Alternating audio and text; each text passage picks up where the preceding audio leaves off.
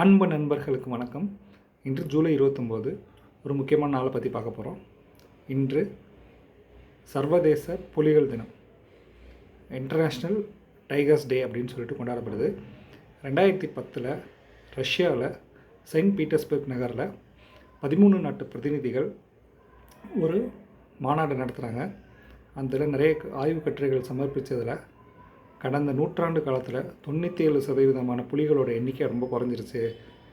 புலிகள் இல்லாத காடுகள் என்பது காடுகளாகவே கருதப்படாது. அப்போ இந்த புலிகளை பாதுகாக்கணும் அப்படின்றதுக்காக அனைத்து நாடுகளும் இதற்கான நிறைய முன்னெடுப்புகள் எடுத்துகிட்ருக்காங்க. அப்படி முன்னெடுப்பு எடுத்ததில் பார்த்தோம்னா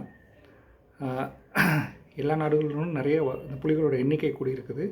குறிப்பாக உலகத்திலே 70% புலிகள் இந்தியாவில் தான் இருக்குது. அது நம்ம இந்தியர்கள் அனைவருக்கும் ஒரு பெருமையான ஒரு விஷயம். இந்த ப்ராஜெக்ட் ஆரம்பிக்கிறப்ப 1411 புலிகள் இந்தியாவில் இருந்தது. இப்போ 3682 புலிகளாக உயர்ந்திருக்குது. இது ஒரு நல்ல ஒரு பாசிட்டிவ் சேஞ்ச் அப்படின்னு சொல்லலாம். நம்மளுடைய புலிகளை கண்டிப்பாக பாதுகாக்கணும். கண்டிப்பாக காடுகளையும் பாதுகாக்க வேண்டும்.